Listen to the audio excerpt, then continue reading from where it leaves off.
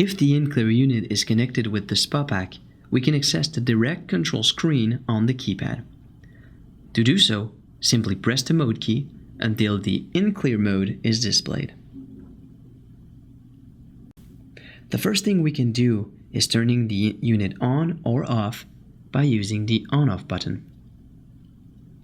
System will ask confirmation to turn in.clear off, since in normal usage, in.clear is always on. We can see that the unit is off. To turn on again, simply press on the on-off button.